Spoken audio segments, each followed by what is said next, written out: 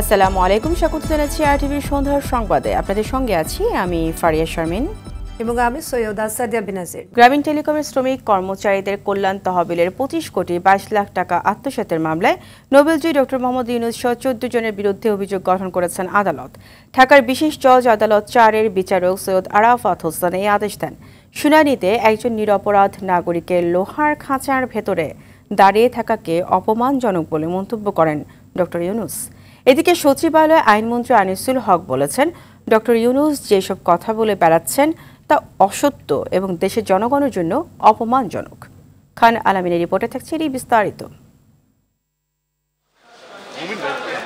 গত বছরের 30 মে গ্রামীণ টেলিকমের শ্রমিক কর্মচারীদের কল্যাণ তহবিলের 25 কোটি 22 লাখ 6,780 টাকা আত্মসাতের অভিযোগে নোবেলজয়ী ডক্টর মোহাম্মদ ইউনূস সহ 14 জনের বিরুদ্ধে মামলা করে দুদক।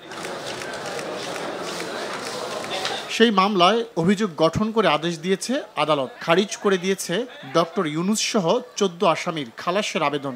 অভিযোগ পড়ে শোনানোর পর ডক্টর ইউনূস সহ জামিনে থাকা 14 জন তাদের দোষ অস্বীকার করে সঠিক বিচার দাবি করেন। বিচারক বলেন, ডক্টর ইউনূস ও অন্যদের বিরুদ্ধে আনা অভিযোগ প্রাথমিকভাবে প্রমাণিত হয়েছে এবং তাই তাদের বিরুদ্ধে অভিযোগ গঠন করা হয়েছে। বিচার শুরুর জন্য 15 জুলাই দিন ধার্য করেছেন আদালত। জাল জালিয়াতি করে ডকুমেন্ট সৃজন করে 26 কোটি টাকা 437 কোটি টাকার মধ্যে 26 কোটি টাকা ডক্টর প্রফেসর মোহাম্মদ ইউনূস এবং এটার যে সংস্থা আছে গ্রামীণ টেলিকমের যে লেবার অর্গানাইজেশন তাদের নেতা আসামিগণ এবং আইনজীবী সহ তারা ছিল, তাদের বিরুদ্ধে বিস্তারিত বলা হয়েছে যে আপনারা 26 কোটি টাকা এই 437 কোটি টাকা থেকে সরিয়েছিলেন।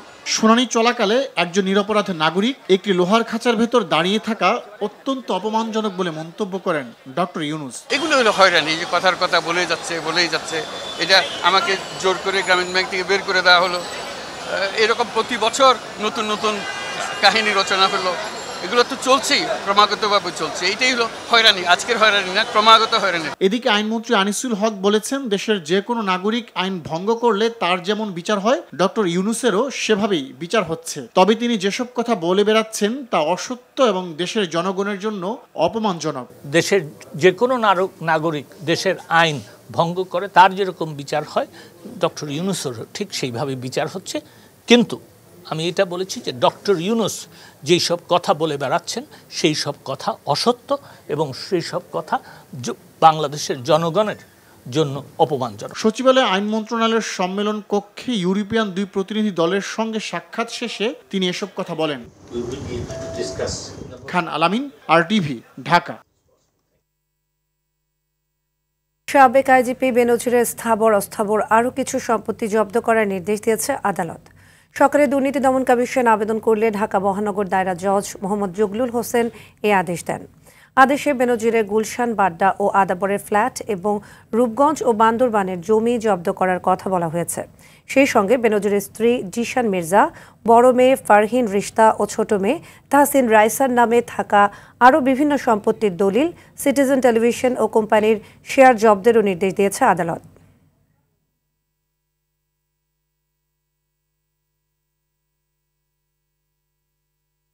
এমপি আনোয়ারুল আজিম হত্যাকাণ্ডের ঘটনায় অনেক বড় জায়গা থেকে তদবির হচ্ছে বলে অভিযোগ করেছেন তার মেয়ে মুমতারিন ফেরদৌস ডরিন।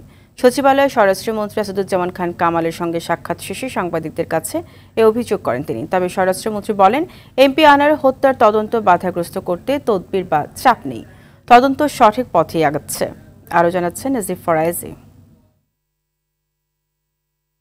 কলকাতার সঞ্জীবা গার্ডেনে খুন হওয়া ঝিনাইদহ 4 আসনের সংসদ সদস্য আনোয়ারুল আজিম আনারের হত্যার রহস্য এখনও উন্মোচন হয়নি। কেন এই হত্যাকাণ্ড, কারা এর সঙ্গে জড়িত তা নিয়ে সন্দেহের ডালপালা দিনকে দিন দীর্ঘ হচ্ছে। আনার হত্যায় জড়িত থাকার সন্দেহে সবশেষ আটক হন ঝিনাইদহ জেলা আওয়ামী লীগের সাধারণ সম্পাদক সাইদুল করিম মিন্টু।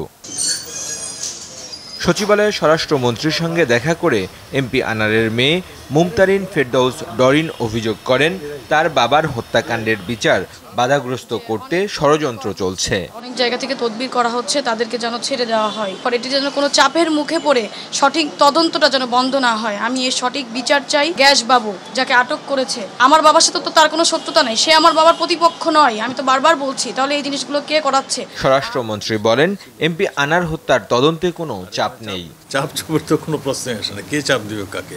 একটা খুন হয়েছে, একটা আমাদের মাননীয় সংসদ সদস্য, তার যারা খুন করেছেন তাদেরকে আমাদের খুঁজে বের করার দায়িত্বটা আমাদের, আমরা তাই করছি। গত 6 মে চিকিৎসার জন্য ভারত যান সংসদ সদস্য আনোয়ারুল আজিম। 12 মে নিখোঁজের পর 22 মে কলকাতার সঞ্জীবা গার্ডেনে তিনি খুন হন বলে জানায় দুই দেশের পুলিশ। নাজিব ফারাইজি, RTV, ঢাকা। ঈদযাত্রায় বিলম্ব নিয়ে শুরু হলো ট্রেনের বিশেষ সার্ভিস। সকালে কমলাপুর রেল স্টেশন থেকে বিভিন্ন গন্তব্যে সবগুলো ট্রেনই বিলম্বে যাত্রা করে। প্রচণ্ড গরম আর দীর্ঘক্ষণ অপেক্ষায় যাত্রীদের ভোগান্তির শিকার হয়।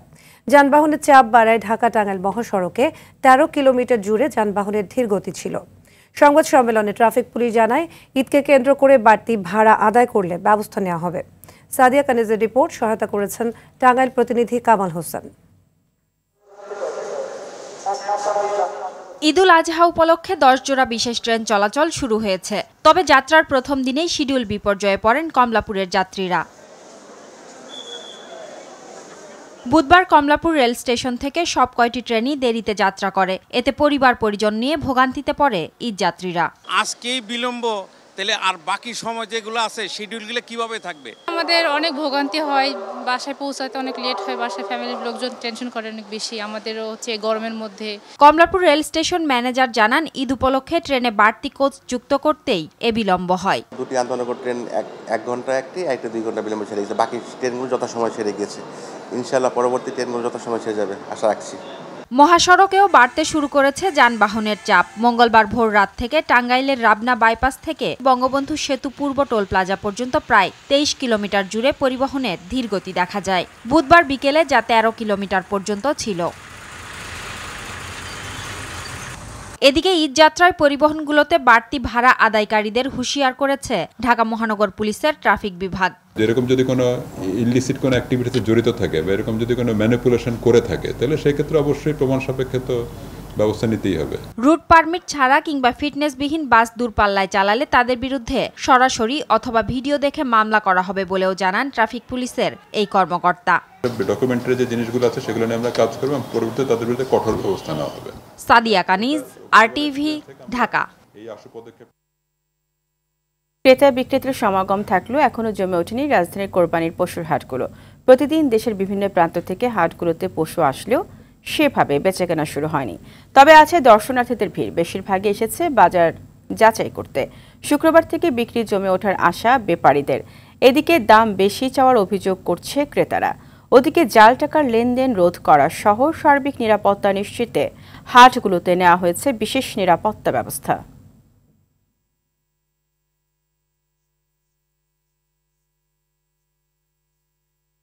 এই মুহূর্তে রাজধানীর তেজগাঁও কোরবানির হাট থেকে সরাসরি যুক্ত হচ্ছেন সহকর্মী সুমন তানভীর।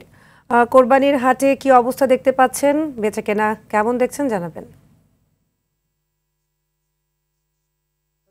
জানেন যে ঈদ মানে আনন্দ, ঈদ মানে খুশি, আর সেই আনন্দে কিন্তু আসলে এই ঈদুল আজহা অর্থাৎ কোরবানি ঈদে বাড়তি মাত্রা যোগ করে এই পশুর হাট।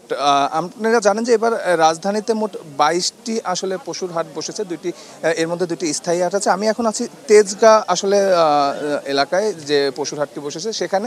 এখানে একটু আমরা দেখি যে আপনি জানেন যে এই কোরবানি ঈদে পশু কেনাকে কেন্দ্র করে কিন্তু শুধু হাট কেন্দ্রিক এখন নয়, এখন নানাভাবেই কিন্তু মানুষ পশু কিনতে খামার থেকে কিনতে পারছে, অনলাইনেও কিন্তু পশু কেনার সুযোগ আছে। এইখানে বিভিন্ন রকম আসলে অফার নিয়েও কিন্তু হাটগুলোতে যারা আসলে ব্যাপারীরা এসেছেন তারা কিন্তু নানা রকম অফার দিচ্ছেন। এই যে পশুটি দেখছেন, এই 2টি পশু আসলে কিনলে একটি পশু ফ্রি, একটি গরু ফ্রির একটি অফার এখানকার যিনি মালিক আছেন সে কিন্তু দিচ্ছেন। আমরা একটু তার সঙ্গে একটু কথা বলবো।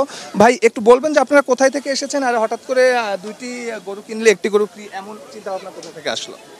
এটা আমরা আসছি হচ্ছে মুন্সিগঞ্জ দিঘিরপাড় থেকে। আমাদের একটা ফার্ম আছে আল্লাহ রফা এগ্রো। তো এই গয়ালগুলো আমাদের 2 বছর আগে থেকে আমরা পালি এই গয়ালগুলো। তো গয়াল আনছি, এগুলো সবাই দেখতেছে, খুব উৎসাহ এটা নিয়ে। তো ভাবলাম দাম কেমন চাচ্ছেন একটু সেটা। এটার দামটা আমরা 2টার দাম চাচ্ছি 21 লক্ষ টাকা।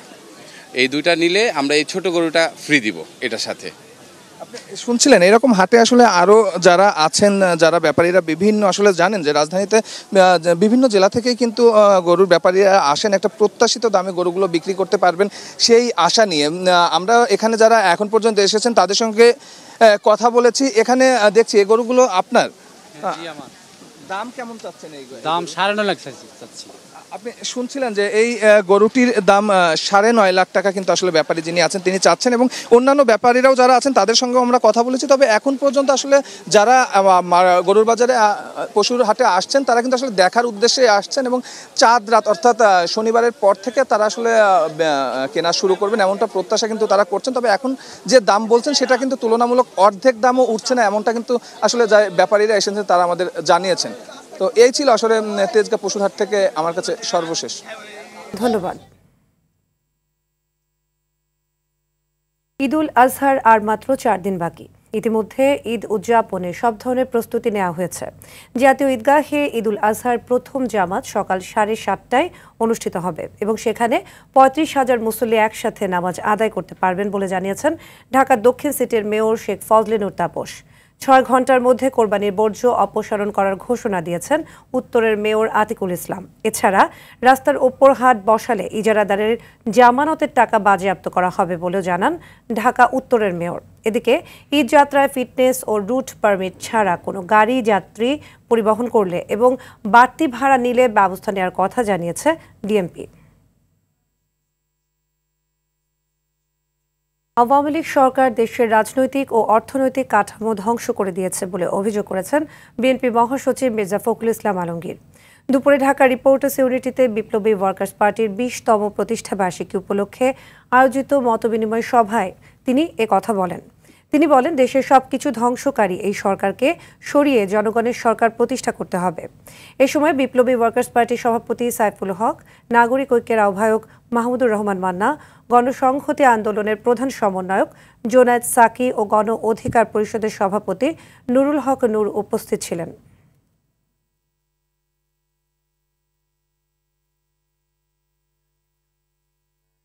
চতুর্থ শিল্প বিপ্লবের দ্বারপ্রান্তে দাঁড়িয়ে চ্যালেঞ্জ মোকাবেলায় দক্ষ জনশক্তির বিকল্প নেই বলে মন্তব্য করেছেন সমাজ কল্যাণ মন্ত্রী ডক্টর দীপু মনি।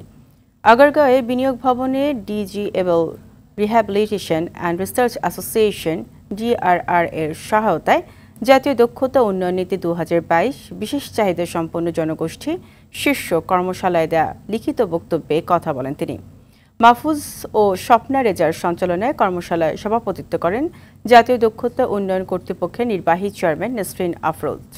সমাজ কল্যাণ মন্ত্রণালয় বিষয়ক সংসদীয় স্থায়ী কমিটির সদস্য শবনম জাহান শিলা, সাবেক সংসদ সদস্য শিরিন নাইম পুনম অন্যান্যদের মধ্যে উপস্থিত ছিলেন। প্রিপেইড মিটারের ভোগান্তির বিষয়ে কেন স্বাধীন তদন্ত কমিটি এবং অভিজ্ঞ ব্যক্তি দ্বারা স্বাধীন তদন্ত কমিশন পরিচালিত হবে না জানতে চেয়ে রুল দিয়েছে হাইকোর্ট। রিট আবেদনের পরিপ্রেক্ষিতে এ বিষয়ে কমিটি গঠনের নির্দেশও দিয়েছে আদালত। বিচারপতি মোহাম্মদ মোস্তফা জামান ইসলাম ও বিচারপতি SM মাসুদ হোসেন দোলনের হাইকোর্ট বেঞ্চ এ আদেশ দেয়। আদালতের রিটের পক্ষে শুনানি করেন আইনজীবী Saifullah Mamun, AM Jamiul Haque Faisal, Abdullah Al Hadi.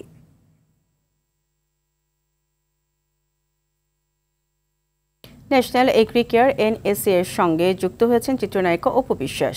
NSA বর্ষপূর্তি অনুষ্ঠানের অংশ হিসেবে পরিবেশকদের উৎসাহিত করতে অপু বিশ্বাসের সঙ্গে এই চুক্তি করা হয়। চুক্তি সে অনুষ্ঠানে ন্যাশনাল এগ্রিকেয়ার গ্রুপের director Yalid Bin Rahman, CMO Parvez Hasan, brand admin Farhana Haque, Ananya ও digital marketing executive Tariful Haque Himel সহ অন্য কর্মকর্তারা উপস্থিত ছিলেন। কর্মকর্তারা জানায়, কৃষিতে টেকসই ও নিরাপদ উৎপাদন ব্যবস্থা নিশ্চিত করতে 2 দশকেরও বেশি সময় ধরে কাজ করছে ন্যাশনাল এগ্রিকেয়ার।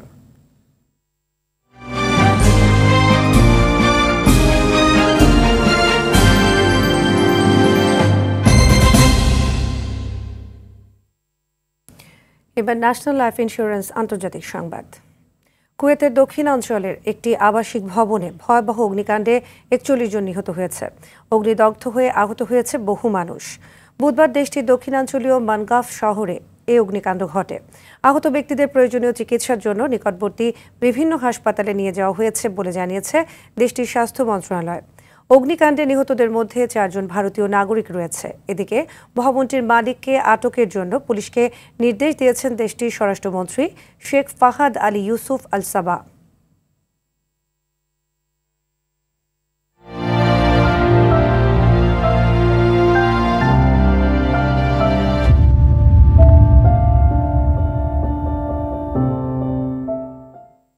লেবাননের দক্ষিণাঞ্চলে ইসরায়েলি হামলায় হিজবুল্লাহর শীর্ষ কমান্ডার তালিব সামি আবদুল্লাহ নিহত হয়েছেন।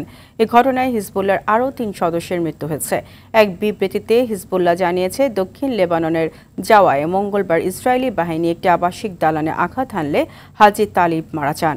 এর আগে গেল সোমবার ইসরায়েলি বাহিনীর হামলায় পশ্চিম তীরের রামাল্লায় অন্তত 4 জন নিহত হয়। একই দিনে গাজায় হামাসের পেতে রাখা বুবি ট্র্যাপে 4 ইসরায়েলি সেনার মৃত্যু হয়।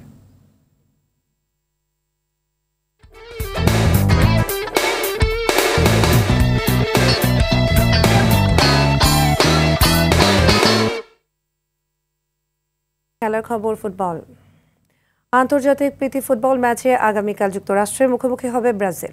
ফ্লোরিডার ক্যাম্পিং ওয়ার্ল্ড স্টেডিয়ামে ম্যাচটি শুরু হবে বৃহস্পতিবার ভোর 5টায়। যুক্তরাষ্ট্রের সাথে এর আগে 18 দেখায় 17 বারই জয় তুলে নিয়েছে 5 বারের বিশ্ব চ্যাম্পিয়নরা। এই ম্যাচেও তারই ধারাবাহিকতা ধরে রাখতে চায় ডোরিভাল জুনিয়রের শিষ্যরা। এদিকে ফিফা র্যাঙ্কিংয়ে সেলেসাওদের চেয়ে 6 ধাপ পিছিয়ে যুক্তরাষ্ট্র। তবু এই ম্যাচে জয় নিয়ে 1998 সালে ব্রাজিলের বিপক্ষে কনকাকাফ গোল্ড কাপে জয়ের পুনরাবৃত্তি করতে চায় দলটি। সন্ধ্যার সংবাদ এই পর্যন্তই। সবশেষ সংবাদ জানতে যে কোনো মোবাইল ফোন থেকে 24141 নম্বরে ডায়াল করুন। রাতের সংবাদ 11:15টায় দেখার আমন্ত্রণ রইল। ধন্যবাদ সবাইকে। ধন্যবাদ।